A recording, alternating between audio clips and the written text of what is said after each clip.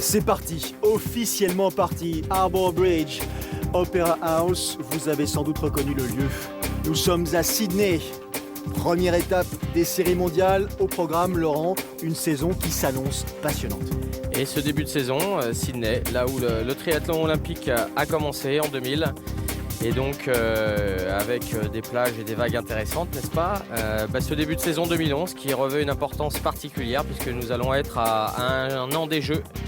Et les points commencent à compter, à vraiment nécessité de vraiment marquer ses points pour se placer dans le ranking et espérer obtenir sa sélection pour les Jeux de Londres en 2012.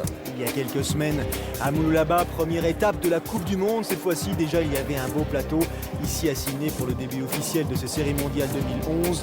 Que dire, les meilleurs des meilleurs. Mais avant toute chose, accordons un tout petit peu d'attention à Down Fraser et à l'association Laureus. Down Fraser, 4 médailles d'or à l'occasion de 3 Olympiades sur 100 mètres nage libre. L'association Laureus qui promeut la pratique du sport pour les enfants comme moyen permettant justement les échanges sociaux. Laureus qui a aussi pour vocation de célébrer l'excellence. Et Laureus cette année intronisé 2 nouveaux membres, 2 athlètes de premier plan, en l'occurrence Emma Snowsill et Jan Frodeno. Le triathlon a vraiment fait beaucoup de chemin en peu de temps et être l'un des premiers triathlètes intronisés en tant qu'ambassadeur d'une telle fondation et d'une telle cause, c'est vraiment un honneur. Vainqueur des Jeux Olympiques à Pékin, Frodeno et Snowsill présent, tout comme Daley Thompson et c'est bien ce qu'il semblait à Daley Thompson. Effectivement le pilote moto Mick Dohan. Je suis évidemment très fier d'être associé à Laureus pour leurs valeurs, leurs principes, pour l'attention qu'ils portent aux enfants ainsi qu'à leur futur. Les mots de Cathy Freeman sont importants. C'est la vocation, la double vocation de cette association désormais, je dirais directement concernée par ces séries mondiales puisqu'un partenariat a été signé entre la Fédération internationale de triathlon et Laureus. La compétition, celle qui nous intéresse. Premier rendez-vous donc de ces séries mondiales 2011 avec une nouveauté. Encore une fois, je serais tenté de dire, sur ce circuit, on va commencer par la compétition dite amateur, celle qui réunit les groupes d'âge. 2500 inscrits, 2500 participants qui ont eu le privilège de nager avec au-dessus de la tête Harbour Bridge et dans la perspective de leur parcours, Opera House. Pas mal. Alors c'est comme vous le dites une petite innovation, même si on avait vu pas mal de courses de catégories d'âge, notamment sur les championnats du monde, sur la dernière étape à Budapest, c'est une tradition. Mais on revient un petit peu aux traditions, à l'essence même du triathlon, puisque si vous vous souvenez Vincent du début du triathlon, eh bien les amateurs et l'élite partaient sur la même ligne, sur la même plage. Donc c'était vraiment le sport où tout le monde pouvait côtoyer tout le monde. Et donc offrir à ces catégories d'âge la possibilité de courir sur les parcours de World Series, c'est une très bonne chose. Et ils ont eu, je dirais presque un double privilège, puisqu'à l'occasion de leur compétition, ils ont pu courir sur Harbour Bridge qui n'était pas fermé à la circulation, ce qui n'était pas le cas en 2000 lors des Jeux Olympiques, puisque les athlètes avaient effectivement, parallèlement à leur progression, une file de voitures qui longeait leur progression. La course féminine, on commence avec Emma Moffat, double championne du monde 2009-2010. Elle tente bien sûr la passe de 3. Elle est en forme, on l'avait suivie à Mooloolaba. Elle est chez elle. Autant de raisons qui, tout simplement, la confortent dans son rôle de favorite. Attention à la Chilienne, Barbara Riveros, qui a terminé 3e à Mooloolaba, première étape de Coupe du Monde, qui a l'habitude d'étonner, du moins c'était l'an passé, en début de saison. Elle a des grandes capacités et surtout un potentiel important. En quelque sorte, je savais que c'était mon jour. Tout était parfait et tout s'est déroulé naturellement. Mais vous savez, mes courses dépendent totalement de la partie natation. Alors, si je nage bien et que j'arrive à rester dans le paquet, je serai lancé. Elle nous parle bien sûr de la recette qui lui a permis de s'imposer l'an passé ici même. Donc, c'est la tenante du titre. Elle, c'est la japonaise Mariko Adachi, 4e, ici en 2010, 9e mondiale lors de la saison. Attention à cette autre jeune athlète canadienne, Paula Finlay. 2 premières victoires la saison dernière, 4e place à Mooloolaba. Elle aussi est à surveiller de très très près. J'ai réalisé mon meilleur temps dans une course de 5 km il y a quelques semaines. Alors en plus de me donner beaucoup de confiance, cela a montré que je suis toujours capable de courir comme il faut. Comme c'était ma première course depuis Budapest, c'était bon d'avoir les nerfs à vif et de se rappeler comment c'était de souffrir autant. Emma Snowsill, championne olympique à Pékin, qui a connu une saison 2010 en demi-teinte avec malgré tout une performance lors de la dernière étape à Budapest et une victoire de plus de 2 minutes sur ses principales concurrentes. Elle a bien évidemment envie de faire beaucoup mieux cette saison et ici notamment à Sydney. 65 athlètes réunis pour ce premier rendez-vous officiel de la saison des séries mondiales, donc avec un parcours qu'on connaît bien, un parcours de boucle de natation, 40 à vélo, 8 tours, un parcours certes rapide avec quelques petits faux plats, pas mal de relances et un parcours pédestre aussi qui risque de causer quelques soucis parce que les athlètes vont avoir des efforts supplémentaires compte tenu du petit dénivelé qu'il aurait proposé. Oui, c'est pas super méchant, mais c'est vrai que le parcours nécessite beaucoup de relances et on peut le voir sur ce parcours à pied, les athlètes vont se croiser très souvent. Donc impossibilité d'échapper au point de mire et pour la possibilité pour ceux qui sont derrière, bien sûr pour ceux qui sont devant aussi, de savoir exactement où ils en sont et de faire eux-mêmes leur pointage. Donc c'est un parcours qui laisse les athlètes sous pression en permanence. 27 degrés la température extérieure, 22 degrés la température de l'eau. Pas de combinaison donc pour ce qui concerne les athlètes. Et c'est parti donc pour ces 2 boucles de natation au programme de ces dames comme de ces messieurs. Et on va revenir, Laurent, sur la disposition au moment du départ, la position, le choix, le regard. Est-ce qu'il y a d'ores et déjà une stratégie, je dirais, à exprimer juste avant de démarrer? Il y a toujours dans le choix de la position sur le ponton de départ, le choix des athlètes de se positionner à côté de tel ou tel autre athlète. Le choix est moins important quand on est moins bien classé puisqu'on prend les places qui restent. Et puis il y a aussi un choix lié à la respiration entre ceux qui savent respirer des 2 côtés, ceux qui respirent que d'un seul côté.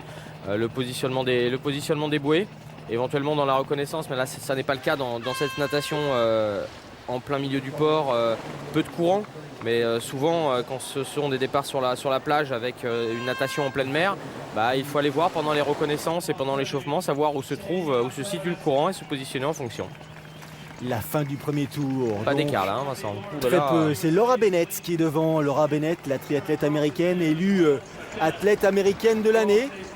Elle a un petit peu plus d'expérience que celles qui sont amenées à la concurrencer sur le parcours. Jessica Harrison, effectivement, vous faites bien de parler des Françaises. En plus de Jessica, il y avait Carole Péon, engagée sur place, et Amy Charéron. Donc je disais Laura Bennett qui pour l'instant, après pas mal de saisons au plus haut niveau, a encore visiblement des fourmis dans les jambes. Et pour l'instant, on connaît son passé de nageuse, on connaît surtout son passé de triathlète. Elle a terminé 4e lors des derniers Jeux Olympiques. C'était à Pékin. Et elle emmène tout ce petit groupe pour l'instant qui trouve sa place dans les pieds de Laura Bennett sans faire d'efforts supplémentaires. C'est plutôt une façon de patienter avec un petit peu d'intelligence. Mais on a vu aussi qu'avec les images au ras de l'eau, là, dans le bateau, que cette natation n'est pas si facile que ça. Le plan d'eau n'est pas complètement calme, il y a quand même un petit peu de houle et ça complique un petit peu les choses. Donc vous parliez de Laura Bennett, mais Laura a un objectif, c'est de se qualifier pour les Jeux de Londres en 2012, pour elle-même, mais aussi se qualifier avec Greg, son mari, qui est devenu américain la saison dernière, puisqu'il était australien. Et leur objectif est d'aller tous les deux ensemble finir leur carrière sur les Jeux de Londres. Dites-moi, il y a de belles histoires en perspective pour ces Jeux de Londres. On en reparlera un peu plus tard. Pour l'instant, la sortie de l'eau avec Laura Bennett en tête, 21 minutes 56. Kerry Lang en 2e position. Sarah Groff juste derrière. Liz Blatchford, devant Emma Moffat. André Wilt. Il y a du beau monde. On va essayer de voir où est Jessica. Voilà, Ellen Jenkins. Et il m'a semblé apercevoir Jessica 2 places derrière Ellen Jenkins. Voir où sont les 2 autres Françaises. Comme il n'y a pas d'écart dans cette natation, c'est la transition et le début du vélo sur lesquels il va falloir être très concentré pour qu'il n'y ait pas de cassure. Regardez déjà toute la concentration là. Les secondes qui comptent, il faut fermer cette jugulaire. Andrea, Emma Moffat. Voilà, très belle transition d'Emma Moffat. On a pu constater la différence de rapidité par rapport à Laura Bennett. Nos petites Françaises. Voilà, Carole Péon, la voilà au milieu de l'écran. Pas d'écart, très peu d'écart, 5, 6, 10 secondes maximum pour ce qui concerne la sortie de l'eau. Lisa Norden. Ouais, il n'y a pas aucun écart. Barbara Ribeiro, là qui part. Donc c'est vraiment le début du vélo qui va faire la différence. On va voir si Laura Bennett a envie, envie de faire un écart. C'est l'une de ses spécialités. Gros plan justement sur Laura Bennett là, qui dès la sortie de l'eau fait le nécessaire pour essayer de creuser l'écart. Les temps réalisés par ces demoiselles. Donc, je vous le disais tout à l'heure, un peu d'écart. Regardez, 10 secondes entre la première Mais regardez, et la Vincent, 8e. Presque 22 minutes de natation. Hein. C'est pour vous dire que la natation était solide. La Française Jessica Harrison en 16e position à 15 secondes. Non significatif. Enfin, non significatif dans l'absolu. Ça peut vite être significatif en fonction du début du vélo. Et Carole Péon, elle est sortie un peu plus 3 ou 4 secondes derrière Jessica Harrison. Donc elle est effectivement proche. Vincent, très bonne natation d'Amy. Elle est sortie 30 secondes par rapport à la tête de course. Donc c'est une très bonne chose. Donc on peut s'attendre à ce qu'elle fasse une bonne course. On va essayer de guetter dans le pack s'il n'y a pas de cassure, si tout le monde est revenu. Les Australiennes aux avant-postes. Luxford, Moffat. Luxford, toujours à la recherche de son état de forme d'il y a 4 ou 5 ans. Lorsqu'elle gagnait tout, quasiment tout. Elle n'a pas été épargnée par les blessures par contre. Alors le peloton, regardez, ça trentaine des de masses. coureuses qui pour l'instant se surveillent un petit peu. 8 tours d'un parcours donc rapide avec des relances, quelques faux plats.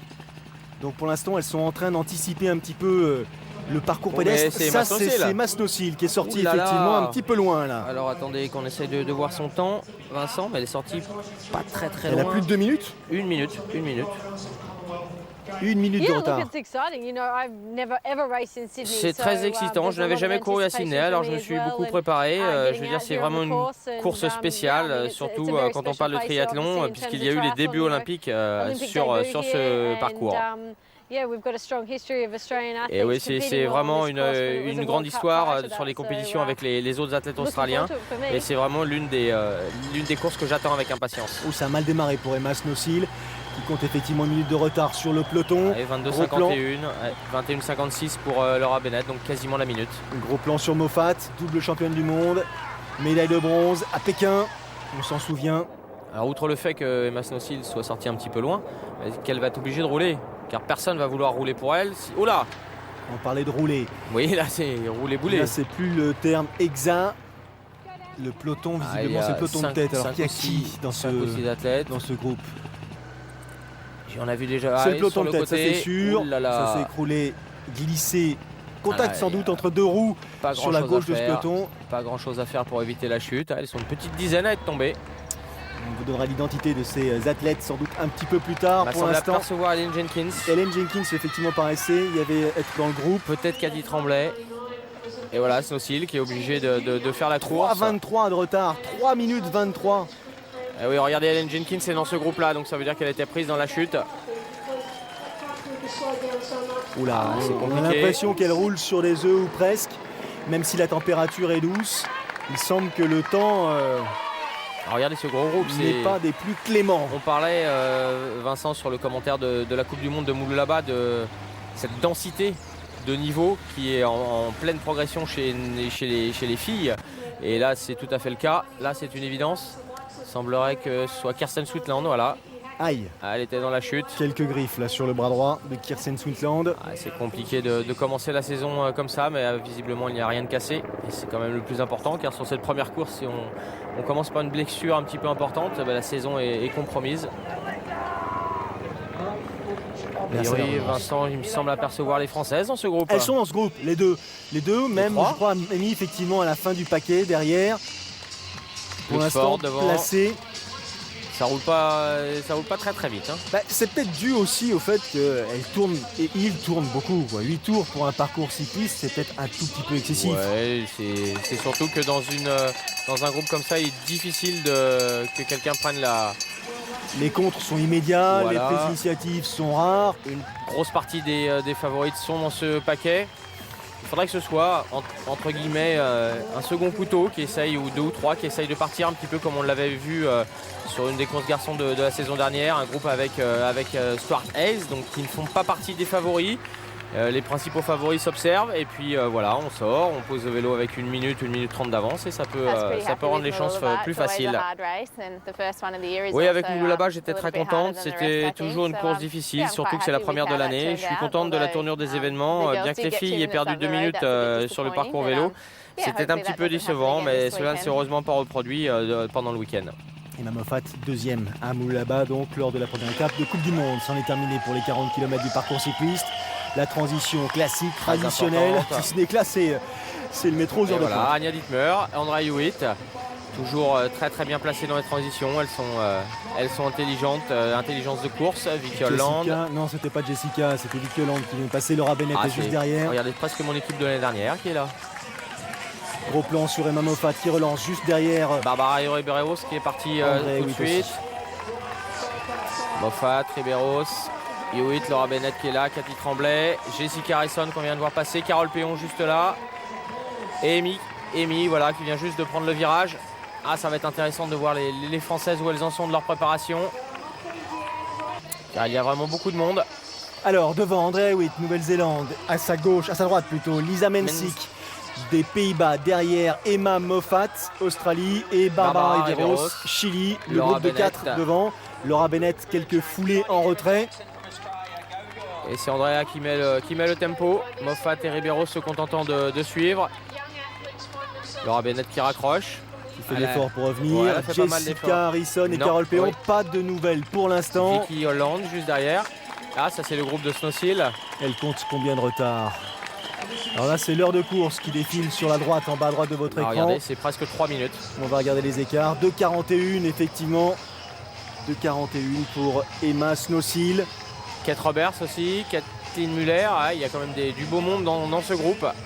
Certaines de ces athlètes qui étaient dans la chute et Snowsill qui a fait une très mauvaise natation. Hélène Jenkins qui a les traces de cette chute justement sur son épaule et son genou droit. Et là maintenant, il faut se motiver pour courir vite malgré tout. En ayant l'espoir. Toujours pas sortie de l'aire de transition là. Il a fallu qu'elle remette son vélo. Il faut qu'elle remette son vélo, donc c'est pas une journée qu'elle va conserver en mémoire très regardez, longtemps. Laura qui mène la course. Et oui, qui mène la course. Il doit y avoir Andrea devant. Il doit y avoir Andrea Hewitt juste devant. Les écarts après le parcours cycliste.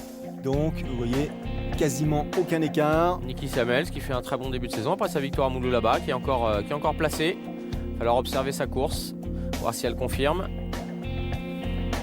Les Françaises, Jessica Harrison en 14e position, Carole est quelques secondes derrière, oui, quelques places très loin. Rien de significatif. Alors, et voilà Carole qui a raccroché, Vincent. Alors Laura Bennett, Andrea Hewitt, Barbara Riberos, Paula Finlay.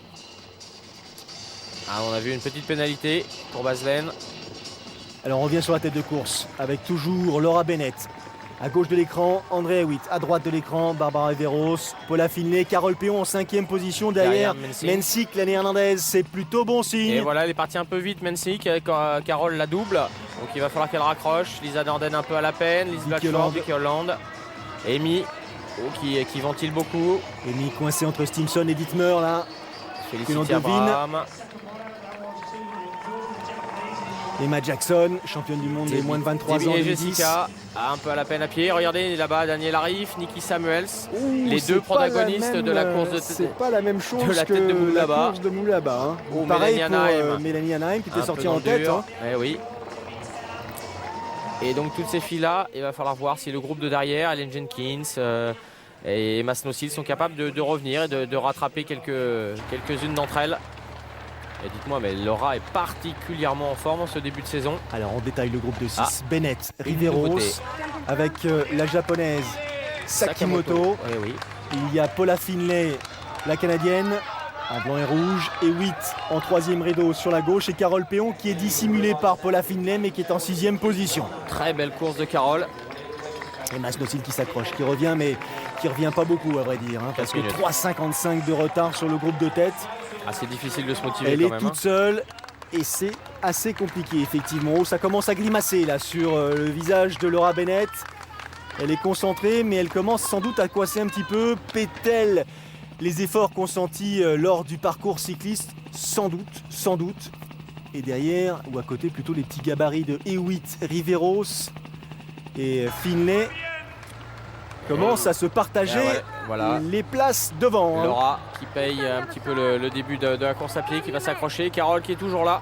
Sakimoto, elle a absolument elle a rien à son actif. Hein. Oh. Elle est assez discrète, si ce n'est que là, elle est tout simplement en train peut-être de réaliser une performance, la première de sa carrière. Voilà, c'est même alors qu'elle a 28 ans déjà, hein, mais c'est sans aucun doute sa plus belle course pour l'instant. Ce ne sera pas sa plus belle course là pour ce qui concerne Emma Moffat. Ça a l'air d'être plus difficile qu'à Moulaba. Elle a les gels là dans les mains en se disant il ne faudrait pas que ça dure trop longtemps. Laura Bennett, toujours agressive, toujours concentrée, le visage, le regard bien fixé là sur les virages, très serré. Ça ne suffira pas. Attaque de Paula Finlay avec Riberos caché juste derrière elle. Andrea qui commence à souffrir. 4 tours au total à effectuer à mi-parcours. Finlay et Riberos prennent l'avantage, c'est indéniable, sur Andrea Hewitt.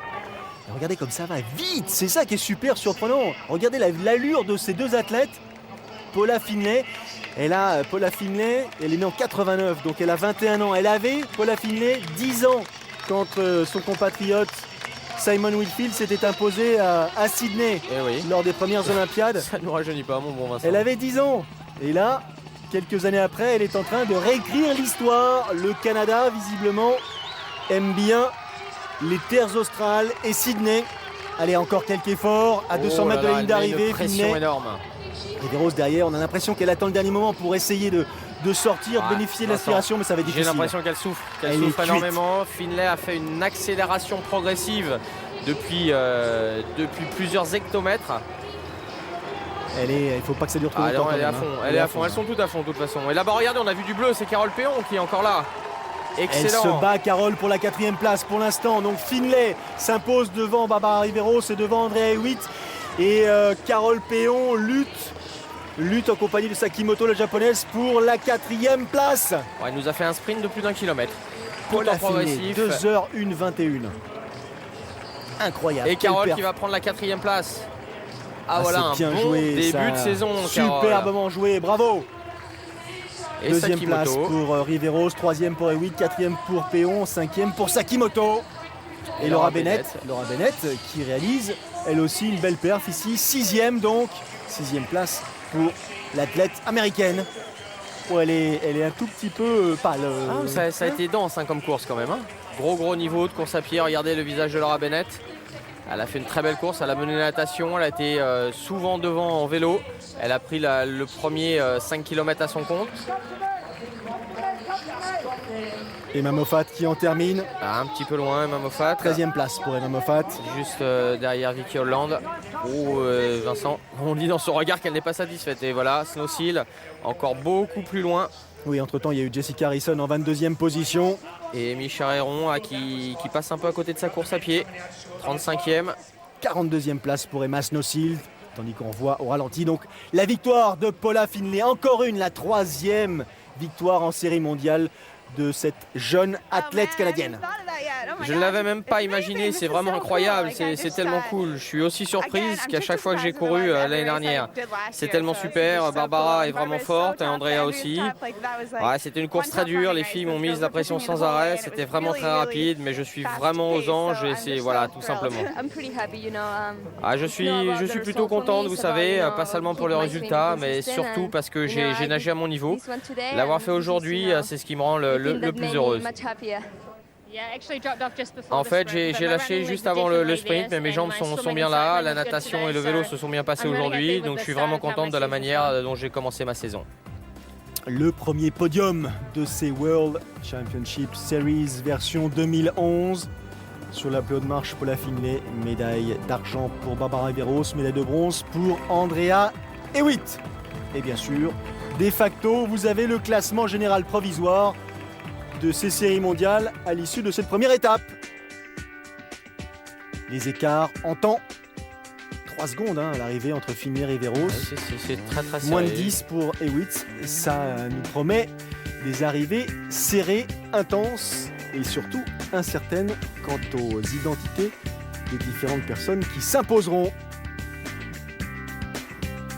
Encore une fois, souligner la belle perf de Carole Péon qui termine 4e. Allez, on marque une petite pause et on se retrouve dans une poignée de secondes pour l'autre course ici à Sydney, celle de ces messieurs. A tout de suite.